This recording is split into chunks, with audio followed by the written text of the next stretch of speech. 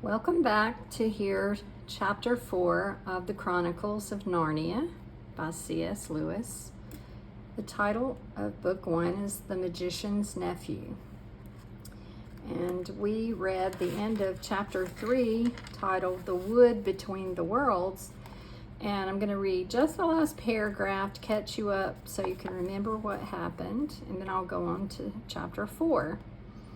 The wood means not a piece of wood, but the woods between the worlds, from where Digory and Polly came, where his uncle was, and this new place where they found themselves after jumping into the pool.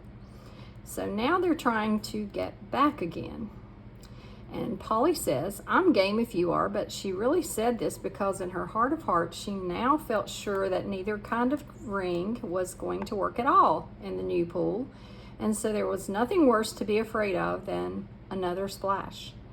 I'm not quite sure that Digory had not the same feeling.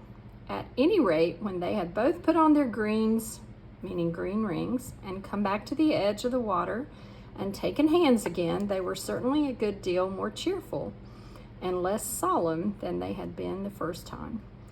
1, 2, 3, go, said Digory, and they jumped. So now on to Chapter 4, titled The Bell and the Hammer.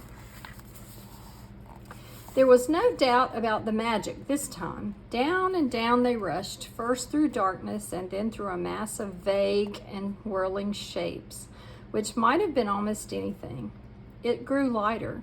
Then suddenly they felt that they were standing on something solid. A moment later, everything came into focus and they were able to look about them. "What a queer place," said Digory. "I don't like it," said Polly with something like a shudder. What they noticed first was the light. It wasn't like sunlight, and it wasn't like electric light or lamps or candles or any other light they had ever seen. It was a dull, rather red light, not at all cheerful. It was steady and did not flicker. They were standing on a flat paved surface, and buildings rose all around them. There was no roof overhead. They were in a sort of courtyard. The sky was extraordinarily dark, a blue that was almost black. When you had seen that sky, you wondered that there should be any light at all. "It's very funny weather here," said Digory. "I wonder if we've arrived just in time for a thunderstorm or an eclipse." "I don't like it," said Polly. Both of them, without quite knowing why, were talking in whispers. And though there was no reason why they should still go on holding hands after their jump, they didn't let go. The walls rose very high all round the courtyard. They had many great windows in them, windows without glass, through which you saw nothing but black darkness. Lower down, there were great pillared arches, yawning blackly like the mouths of railway tunnels. It was rather cold. The stone of which everything was built seemed to be red, but that might only be because of the curious light. It was obviously very old. Many of the flat stones that paved the courtyard had cracks across them. None of them fitted closely together, and the sharp corners were all worn off. One of the arched doorways was half filled up with rubble. The two children kept on turning round and round to look at the different sides of the courtyard. One reason was that they were afraid of somebody or something looking out of those windows at them when their backs were turned. Here's a picture of the courtyard. This is a pencil sketch, black and white. "Do you think anyone lives here?" said Digory at last, still in a whisper. "No," said Polly, "it's all in ruins. We haven't heard a sound since we came." "Let's stand still and listen for a bit," suggested Digory.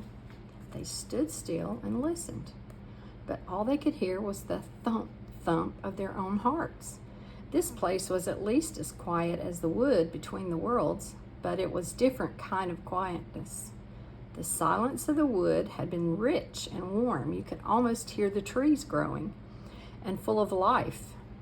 This was a dead, cold, empty silence. You couldn't imagine anything growing in it. "Let's go home," said Polly. "But we haven't seen anything yet," said Digory. "Now we're here, we simply must have a look around. I'm sure there's nothing at all interesting here. There's not much point in finding a magic ring that lets you go into another world if you're afraid to look at them when you get there." "Who's talking about being afraid?" said Polly, letting go of Digory's hand. "I only thought you didn't seem very keen on exploring this place." "I'll go anywhere you go." "We can get away the moment we want to," said Digory. "Let's take off our green rings and put them in our right-hand pockets. All we've got to do is remember that our yellow are in our left-hand pockets. You can keep your hand as near your pocket as you like, but don't put it in or you'll touch your yellow and vanish." They did this and went quietly up to one of the big arched doorways, which led into the inside of the building. And when they stood on the threshold and could look in, they saw it was not so dark inside as they had thought at first. It led into a vast, shadowy hall, which appeared to be empty. But on the far side, there was a row of pillars with arches between them, and through those arches there streamed in some more of the same tired-looking light. They crossed the hall, walking very carefully for fear of holes in the floor or of anything lying about that they might trip over. It seemed a long walk. When they had reached the other side, they came out through the arches and found themselves in another, larger courtyard. "That doesn't look very safe," said Polly, pointing at a place where the wall budged outward and looked as if it were ready to fall over into the courtyard. In one place, a pillar was missing between two arches, and the bit that came down to where the top of the pillar ought to have been hung there with nothing to support it. Clearly the place had been deserted for hundreds, perhaps thousands of years. "If it's lasted till now, I suppose it'll last a bit longer," said Digory, "but we must be very quiet. You know, a noise sometimes brings things down like an avalanche in the Alps." They went on out of the courtyard into another doorway and up a great flight of steps and through vast rooms that opened out of one another until they were dizzy with the mere size of the place. Every now and then they thought they were going to get out into the open and see what sort of country lay around the enormous palace, but each time they only got into another courtyard. They must have been magnificent places when people were still living there. In one there had once been a fountain. A great stone monster with widespread wings stood with its mouth open, and you could still see a bit of piping at the back of its mouth, out of which the water used to pour.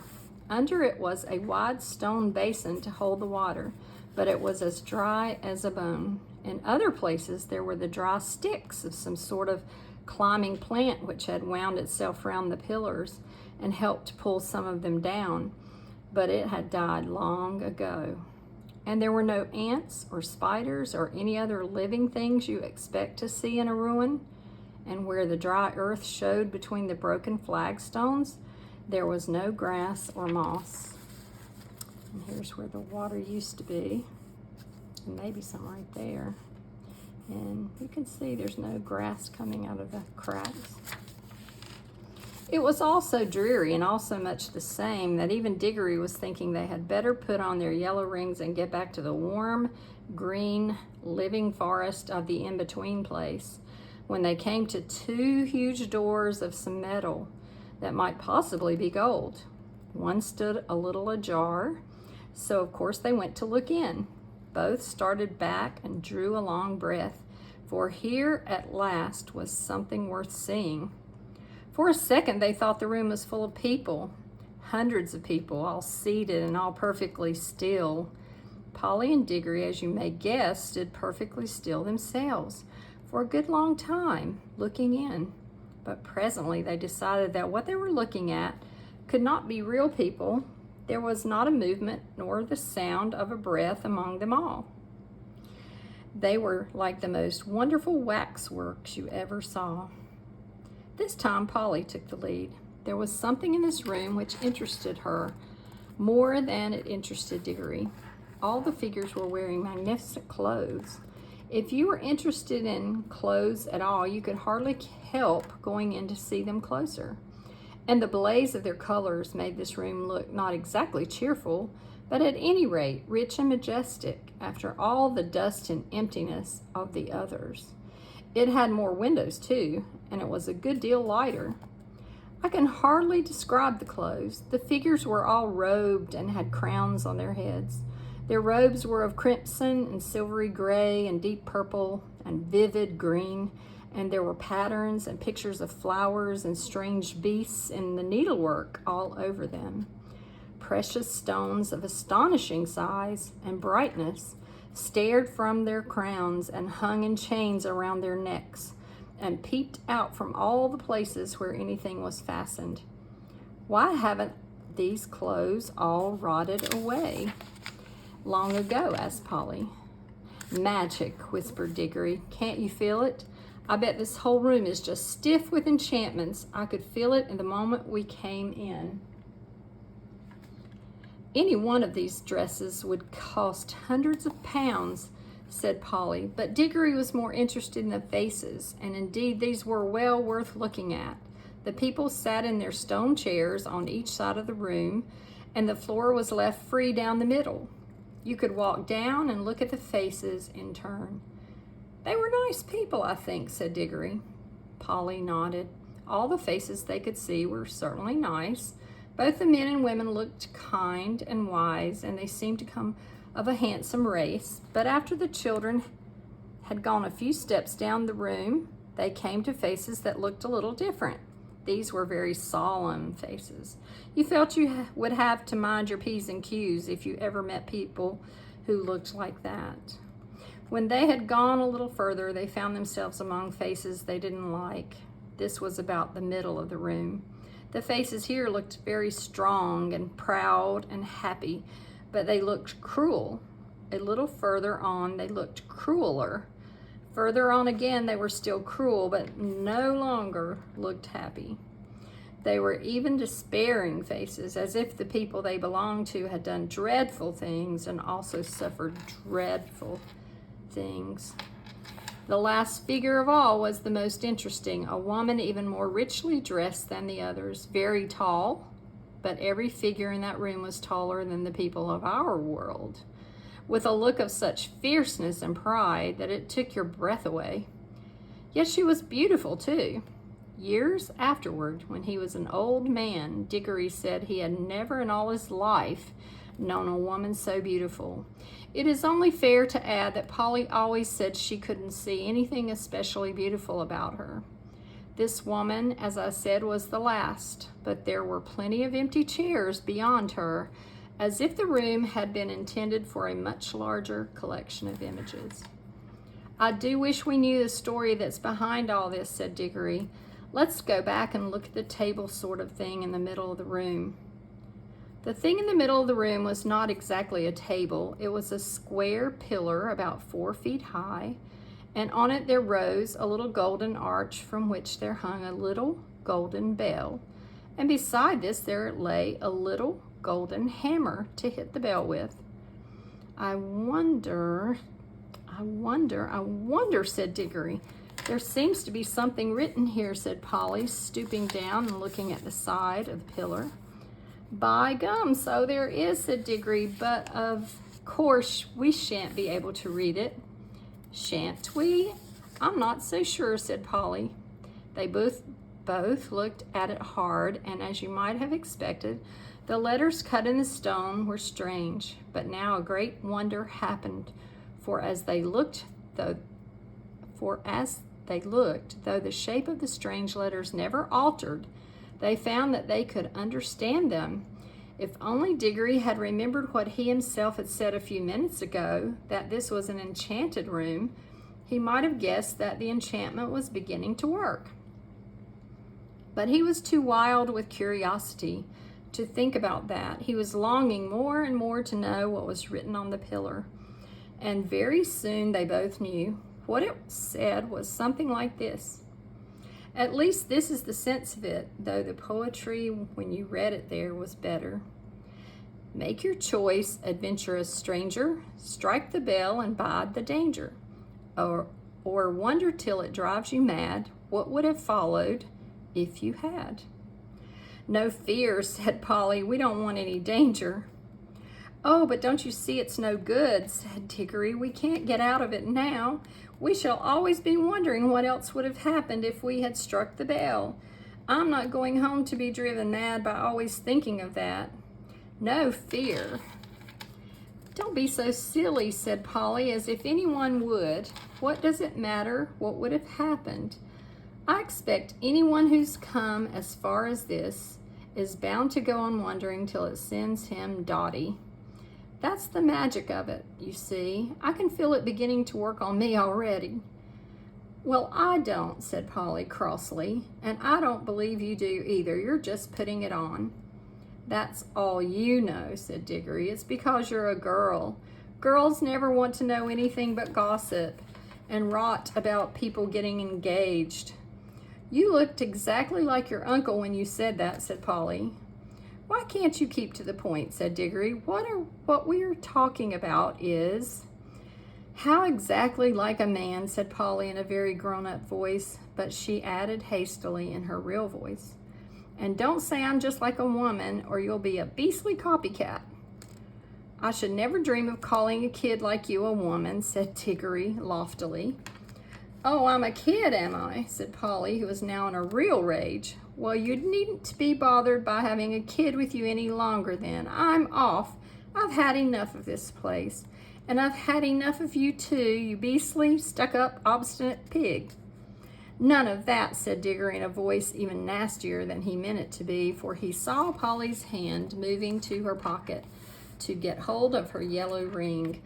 I can't excuse what he did next, except by saying that he was very sorry for it afterward, and so were a good many other people. Before Polly's hand reached her pocket, he grabbed her wrist, leaning across her with his back against her chest. Then, keeping her other arm out of the way with his other elbow, he leaned forward, picked up the hammer, and struck the golden bell a light, smart tap. Then he let her go, and they fell apart, staring at each other and breathing hard. Polly was just beginning to cry, not with fear and not even because he had hurt her wrist quite badly, but with furious anger. Within 2 seconds, however, they had something to think about that drove their own quarrels quite out of their minds. As soon as the bell was struck, it gave out a note, a sweet note, such as you might expected, and not very light, not very loud. But instead of dying away again, it went on, and as it went on, it grew louder. Before a minute had passed, it was twice as loud as it had been to begin with. It was soon so loud that if the children had tried to speak, but they weren't thinking about speaking now, they were just standing with their mouths open, they would not have heard one another. Very soon it was so loud that they could not have heard one another even by shouting, and still it grew, all on one note, a continuous sweet sound, though the sweetness had something horrible about it, till all the air in that great room was throbbing with it, and they could feel the stone floor trembling under their feet. Then at last it began to be mixed with another sound, a vague, disastrous noise, which sounded first like the roar of a distant train and then like the crash of a falling tree. They heard something like great weights falling, finally, with a sudden rush and thunder, and a shake that nearly flung them off their feet. About a quarter of the roof at one end of the room fell in. Great blocks of masonry fell all around them, and the walls rocked. The noise of the bell stopped. The clouds of dust cleared away. Everything became quiet again. It was never found out whether the fall of the roof was due to magic, or whether that unbearably loud sound from the bell had just happened to strike the note, which was more than those crumbling walls could stand. There, I hope you're satisfied now, panted Polly. Well, it's all over anyway, said Digory, and both thought it was, but they had never been more mistaken in their lives. Wow, I wonder what's going to happen next. So, the title of chapter 5 is The Deplorable Word. And I wonder what the deplorable word is. And we see all the people dressed with their crowns and the beautiful woman with her crown and beautiful clothes. So I'll be back on Friday with chapter 5 from The Magician's Nephew. And I will also share a story for little children the same day. Have a good night. And don't forget to invite other people to join us here at Nini's Nest.